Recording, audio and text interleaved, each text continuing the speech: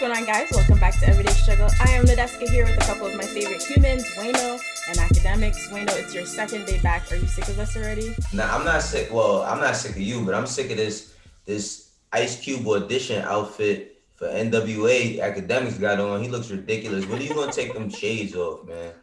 I ain't gonna lie, I do kind of look like an undercover cop. You look like a lot. I look like of things. Ice-T, bro. I look like Ice-T in Law and Order, bro. I ain't gonna lie to you. No, you look like Ice Cube and NWA with the shades, the hat, the black shirt. Oh, if you had on a Raiders hat. Yeah, but I don't got no Jerry curl. I don't got no Jerry curl, and I don't got like the little varsity jacket. Yeah, man, you look a little ridiculous. I'm tired of the shades. Can you please tell me what's going on with your eye? Like, what's up?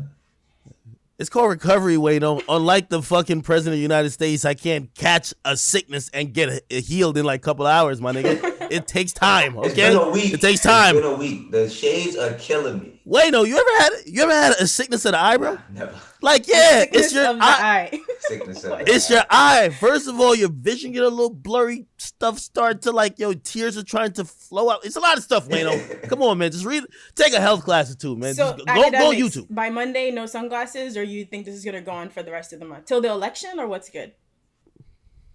Could we do a audience poll if they would like me to continue?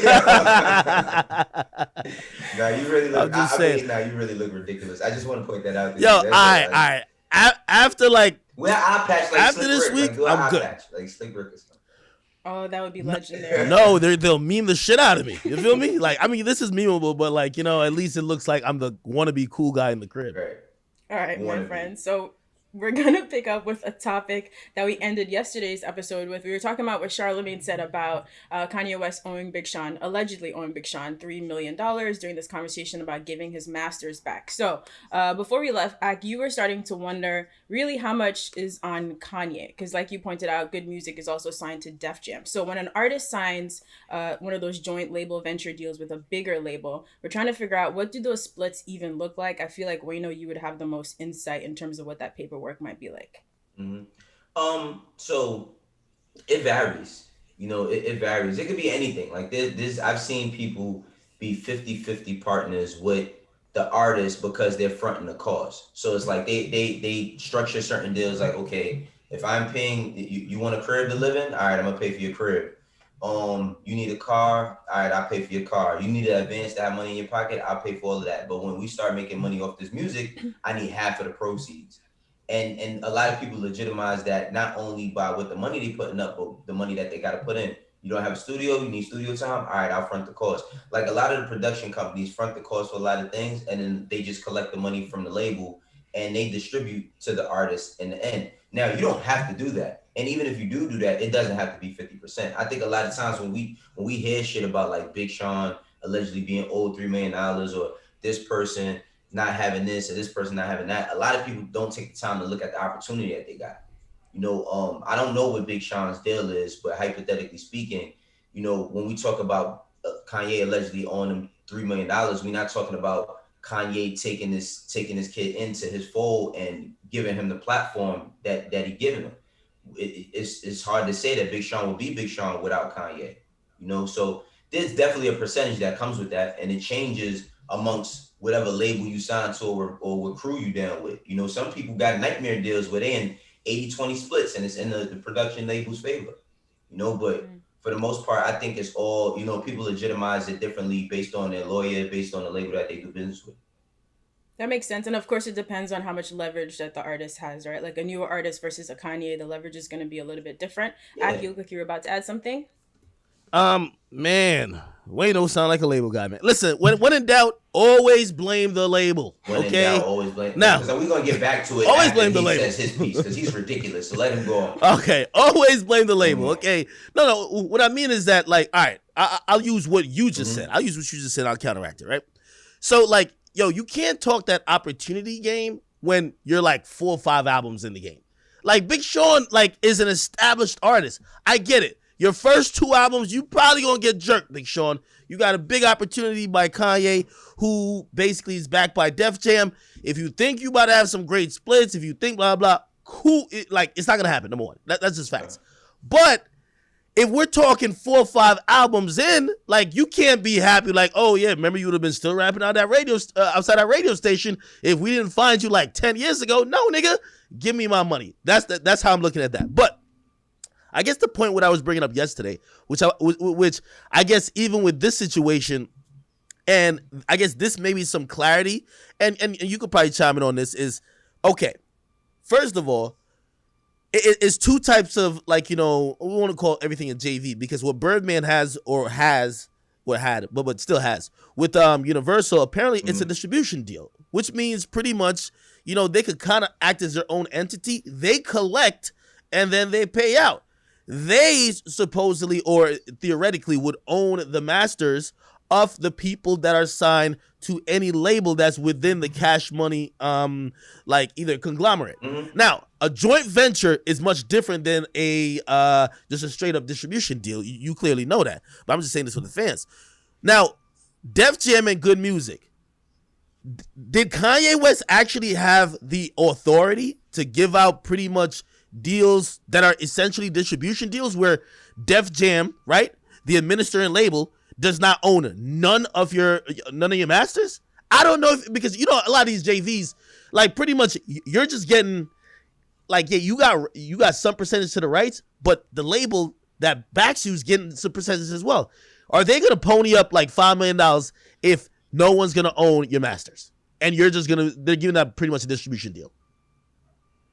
And now the desk academics just sounds like a guy that's chasing his tail, man. Right? So again, right? Second day Wayne don't think he second day Wayne don't you think you LeBron? Second day Wayne, yeah, we back. You know what I mean?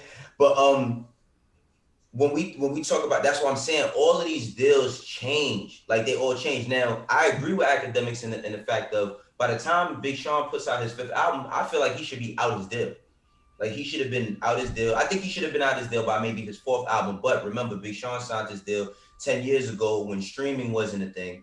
Before they started counting streams, it was still a physical aspect of music where they weren't doing bundles and all that other shit, right? So now, I agree with Act there. But when we talk about with him getting down with Good Music, bro, if Kanye don't sign Big Sean and Big Sean signs the fucking Shady Records, he's not the same Big Sean.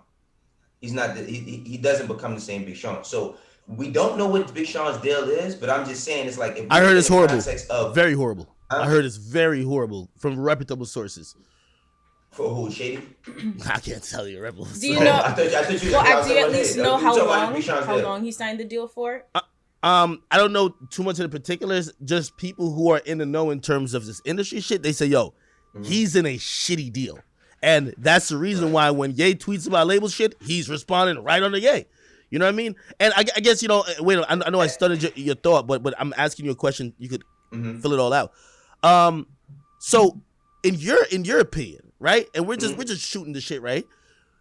Is it Kanye's responsibility or Def Jam responsibility to pay that $3 million if the $3 million is owed?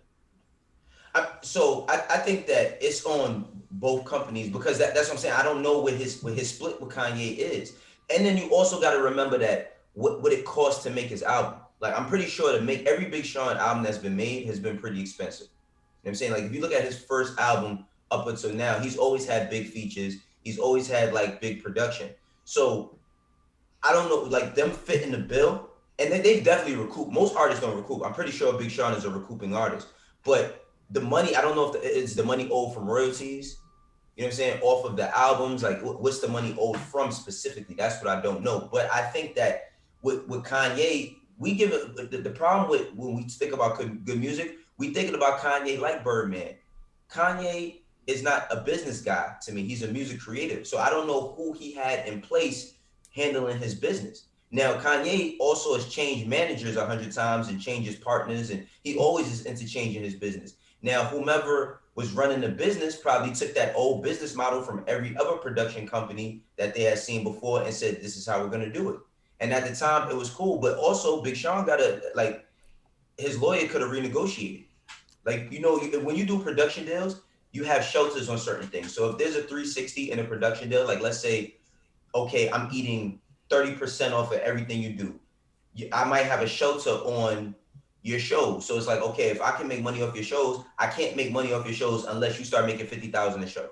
So everything under that is you. So that's what I'm saying. Like these deals vary so much. You can't just say, oh, this is just the one deal. Them shits is all different. Hey, let me ask one question. And by the way, for the people who are watching, our casual audience, we might be losing some of y'all with some of the, a little deeper look into what might be going on. But let me ask you a question, Wayno. Do you think that good music is more like a production company, or pretty much it's a company that's literally like just it's owned, like like most joint ventures, it's owned by the major label. They just give you like half of it, right? Because a production company, I usually look at those as that's your company, then you go into business with a major label. Well, so I think that I don't know the specifics on good music. So I'm good music. I mean, on paper, it's definitely a production company, but I mean, it's Kanye's company. Once Kanye built up a leverage after being on Rockefeller, he could walk in the Def Jam. I'm pretty sure they cashed him out crazy. You know what I mean? They cashed him out something insane, and it is it's a production. It's everything. You know what I mean? Because it's big business. There aren't many artists that drop albums on good music that didn't succeed. You know what I'm saying? So it's like it's definitely a full on label, production company, etc. Do you think he owns the whole thing? I don't think I guess that's what I'm saying. I don't think he owns the whole thing. I don't believe Kanye. Like, for example, I don't believe Kanye owns all the entirety of good music. What a lot of people didn't even know, and I caught it during just looking at contracts. I was really intrigued by the whole Birdman Lil Wayne situation. Young Money Records was owned 51%, like 51% of Young Money Records, which has Drake, Nicki, and Tiger used to be on it, is owned by Birdman. Cash Money owns 51%. Right. Wayne only owned 49%. Right? Now, like, think about, let's just throw out a production company that we know, like Generation Now, right? I'm pretty sure DJ Drama and Don Cannon, they own 100% of their company. Right? Now, I guess the point I was trying to say is you move a little different when you own the whole company, and you could just get up and move, and you could leverage the fact that the artists are assigned to you. You're basically leasing to this bigger label. But at the same time, and look, see, when we bring up Birdman, this is what you got to keep in mind. And you got to remember, when they did their business on Young Money, and I'm just speculating, when they did their business on Young Money, everybody's in love. Wayne is the biggest rapper there is in the game. They've made hundreds of millions of dollars together.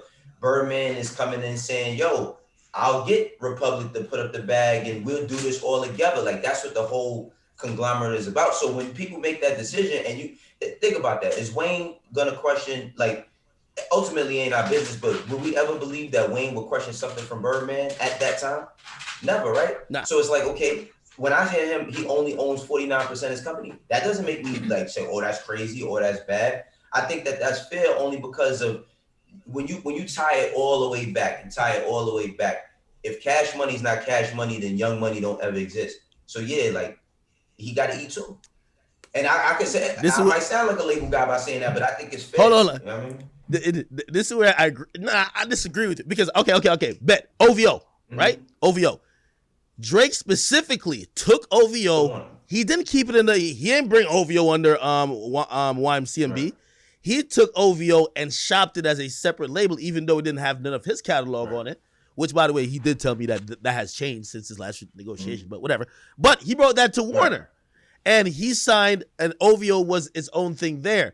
Do you think that, like, again, we just shooting the shit. We ain't really trying to, act like an authority, especially when shit is much deeper than what we're just discussing.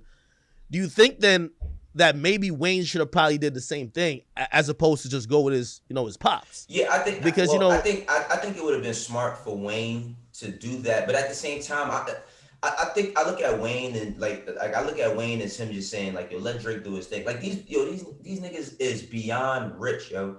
Like they rich on a whole nother level. I don't look at Wayne as like a bad business move by letting Drake take his shit across the street. But I think that he should have been in on it. I don't know if we don't know if he is or he isn't. And I'm pretty sure if he isn't, Drake still looks out for him in some way, shape, form, or fashion, because Drake always pays it forward to Wayne. He always says, if it wasn't for him, y'all would never have me. So I think that he probably still pays it forward.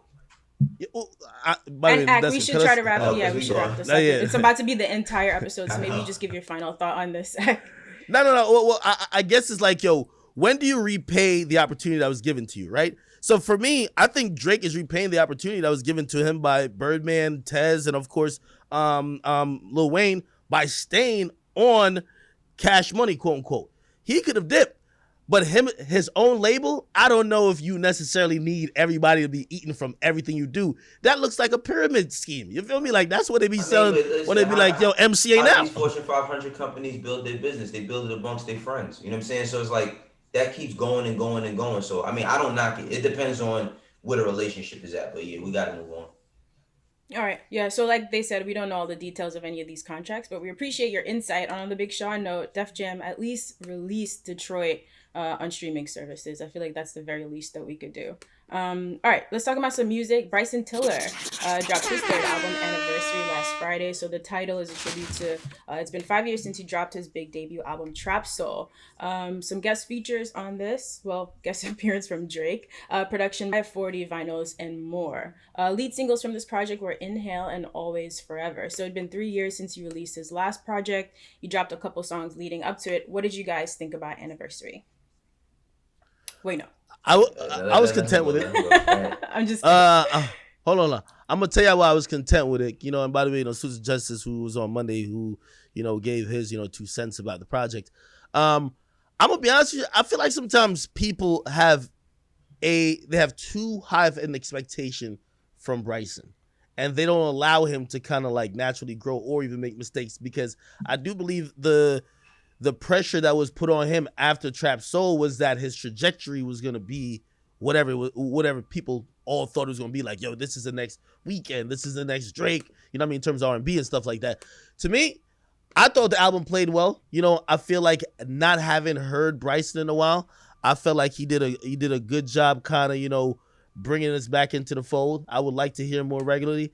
Again, I'm not going to say it's no classic, but I thought it was a cool project. But I don't know if people will be okay with a cool project from him. So I kind of agree there. I think it's solid. I think the problem is that when Trap Soul came out, it became like a big conversational piece, because everybody was like, "Is this new kid?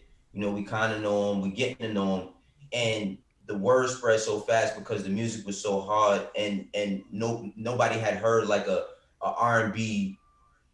Well, I can't even call it strictly R&B because he's rapping on there. Trap Soul, like let's just call it Trap Soul. Like nobody had heard anything like that.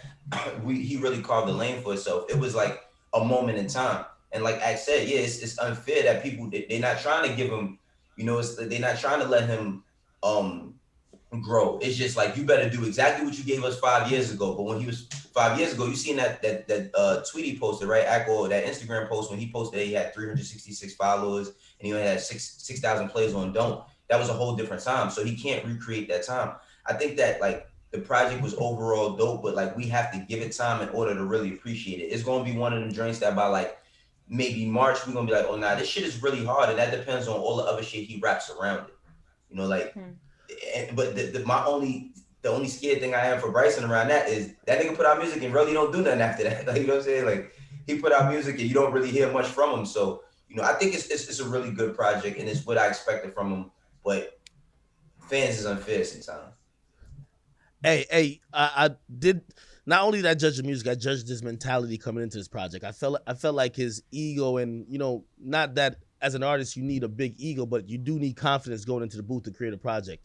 I know many artists who, because they're unsure about what the reception might be, they're unsure about even the quality of their own music, they're double dutching on when they want to drop, if they want to drop, what records to drop. And what I could definitely say about Bryson with this project, it's 10 records, I believe, on it. 10 records, that's a very bold move. You know what I mean? Like, again, he could have went, hey, let me just try to appease everyone and drop a 21 record project. No, he made it concise. Seems like he was determined in what he was doing. And, there's a couple of joints on there. I think they play well. Hey, academics, don't be surprised if we see a deluxe next week, though. You know how this should be going. You know how this should be going. He add 10 songs and it's a deluxe, but it's the 20-song album. Like, you know how this shit goes. Niggas drop double albums like it's nothing. Like, I remember when we was young, a double album was like really something special. Like, double albums, they drop every 2 weeks now. Like, Yeah, well, I'm wondering if with Bill, you know, the deluxe shit, like a lot of times they're playing the numbers game too. I'm wondering with billboards changing the rules, will people still do that? And also, if Bryson ain't dropping, like, how many years he ain't dropped? If he dropped 2 albums in 2 weeks, I'd be flabbergasted. Lil Okay? Uzi did it God after damn 3 it. years. Why can't he do it? But still, Uzi was way more present on the scene than like Bryson. Like Uzi's still a rapper too. Like That nigga was Bryson, break dancing in the street and in the strip club every night. Where he was on the scene, that riding dirt bike. He was not doing nothing, bro. yeah, we called him doing some chat wheelies. niggas started a whole petition and put the pressure on him to drop the album. Yeah, well, we caught him doing a couple wheelers. Like to give it real, the last time I seen Bryson was in quarantine radio, like the chat, and I was like, "What the hell is this like a mermaid?" You know what I mean? So anyway, like I like his mentality going to it. I do think it's a strong project. Always, forever, inhale, and of course, you know, Orbs. You know, he did his thing on Out of Time, but those are my standout records from it. So I give him a hats up. Okay. Thank you, academics. Also, sunglasses off. Our last topic, real quick, is actually not a music topic, but finance is more important than ever during this pandemic. So big facts or BS from Plies. If you got a closet full of designer and your credit score is a 500, your priorities all fucked up. Big facts. Super big facts, man. You know what's crazy? This pandemic has made a lot of people improvise and try to figure out how to get money. And I've seen a lot of people, not saying that, you know, you see when people stack their money, but niggas been buying all types of new chains, cars, all types of going out to eat. I see so many people that was riding the train last year, riding on yachts. It's ridiculous. And it's gonna come back to haunt them. It's definitely gonna come back to haunt them. And you know, Well, you talking about celebrities or regular people? Because that Trump stimulus package hit different. Yeah, nigga. yeah. I'm talking about and the unemployment. People, man, like yo, rappers, I know. Rappers be broke. Rappers be looking rich and be broke all the time. I'm talking about regular people, man. Yo, I'm not even gonna lie. I wonder what a rapper credit score looks like on average. Cause it seems like they like to buy things in cash. Do they even use credit and pay that shit off, or how does it work? A lot of rappers don't like credit. Not the smart ones. The ones that aren't smart think that they could just. I'm gonna go buy a new mansion, drop 500,000 in a realtor, like, you know what I mean? Like, shit. I know a particular rapper who's trying to get a house right now, and shit, they called me up because, you know, I recently got a little shack, you feel me? And they were asking me, they're like, yo, like, what's the mortgage process like? Again, most of these rappers, yeah, they deal with pay up front with cash, take a little bit off the top. So that you gonna flex on the gram saying that your jewelry costs 100,000, really cost 20. The work was 60. You know what I mean? They said it was for 40. And then you said, I got 20 and I'll give you a shout out on the gram. And of course you got the chain and it's cool. So again, 10,000 every month until I pay it all the way back. Yeah. And sometimes you're on a payment plan from there, which by the way, I don't know no juror who's really reporting to the credit bureaus to be like, yo, of course, rapper A definitely made his payments on time. So yeah, rapper credits be fucked up. And also, here's the thing, yo, this is hip hop. So a lot of times, you know, the people who end up being successful, they come from really, you know, like impoverished backgrounds. Their mama might have put like 10 cars in their names. You know what I mean? Fucked up their credit. And again, this is where I see like these little odd companies like popping up. They'll hit up a label and be like, we'll fix your artist credit or whatever. They be overcharging like a motherfucker. But I just want to add one thing. I want artists and just people in general, stop using that you came from hard times to do dumb shit with your money. Came from the mud. Like, that does not give you a fucking license to do stupid shit with your money. So it's like, if you can't pay for whatever it is you buying at least 5 times, you ain't got no business buying it. So all of that, I'm about to get me to this and get me to that, you know, because it was hard times. Fuck that. You better stack that money because you heading straight to more hard times if you don't. Yeah, that's very true. I think it's important to point out that you have to enjoy life, but also plan for the future. So what you should do is prioritize the things you really love. For Wayno, we know that he loves sneakers. So he's probably going to spend a lot of money on sneakers and not spend as much money eating out all the time. For me, I like experiences. I'll spend on adventures, but not on sneakers. You can't have it all. Just choose the things that you need. And in terms of credit, I know a lot of people out there are scared of credit cards. The right way to use them, because you do need to build credit to buy houses and things like that.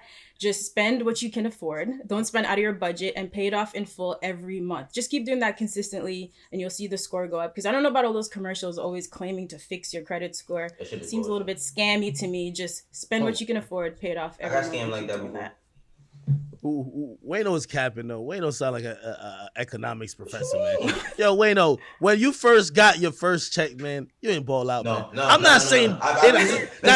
Listen. First check, bro. First check I ever got that I seen more zeros than I ever seen in my life. I moved. Yeah. I moved out the hood. I ain't even tell nobody I moved. I ain't go buy no car. I ain't go buy no watch. I ain't buy shit. I moved. I put my money up and I gave my mother, my father, my little brothers. I gave everybody a couple dollars for themselves, but I ain't do none of that.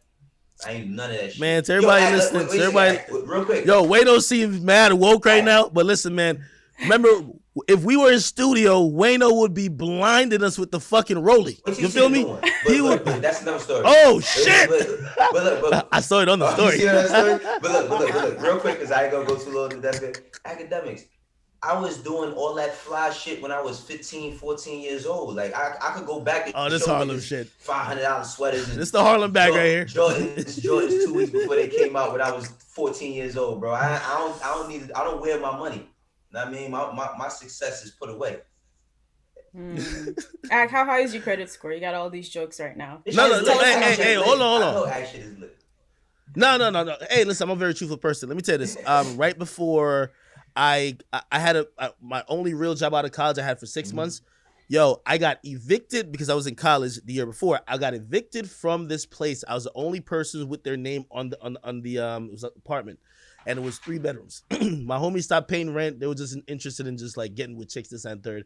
Forgetting that we had a real responsibility and we were getting grown and we didn't have college loans to cover that anymore. So my credit is ruined. If you ever get evicted from some shit, your credit is shot. So my credit is ruined. Good thing I had a very nice, sweet, beautiful girlfriend at the time. I went to live with her and I ended up building everything up. But I'm not going to lie. After that. You a piece of shit. You built up everything. Yo, Wayno, hold on, man. Wayno.